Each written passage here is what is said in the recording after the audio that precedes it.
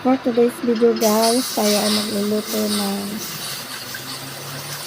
ubi biko with toppings guys.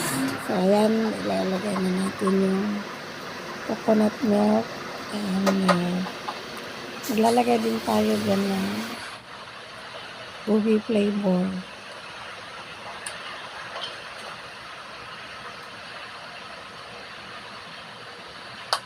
At habang naglalagay tayo ng mga pampalasa, sa mga hindi pa po nakasubscribe sa ating channel, please subscribe, Caroline Mix Vlog. At click nyo na rin po yung notification bell for more videos guys.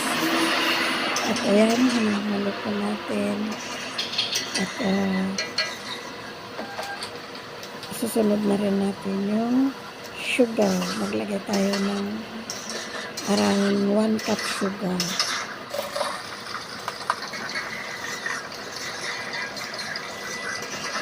And then, ilalagay natin na yung glutinous rice na niluto natin.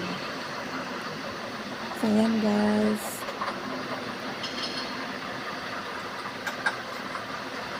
Support po sa ating channel sa mga hindi pa po nakasubscribe. And please like and comment below. Kung nagustuhan mo ang ating react, kung nagustuhan mo naman ang ating biko, ayan siya. Masarap yan guys.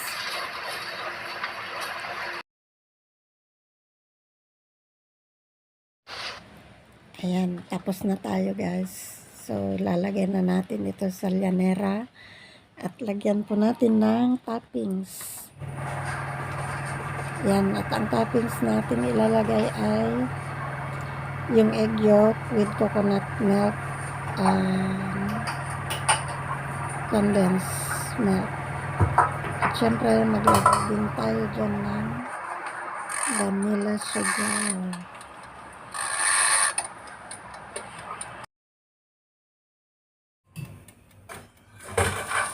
Ready na po guys yung ating toppings.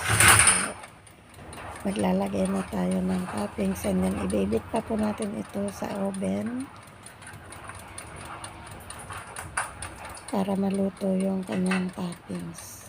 So ayan guys. Bali nakagawa pala ako dito ng 4 na llanera na square. Yung bali 2 kilos yung rice, glutinous rice natin. So ayan guys,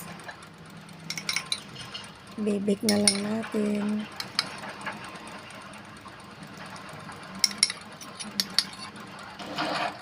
Parang kulang yung toppings na, medyo manipis nga lang, pero pwede na rin kasi pang ano lang naman, pang dessert, pang ano lang po yan sa church guys, hindi po pang benta. Pero masarap siya kasi yema toppings po yan. Yung toppings niya po is yema.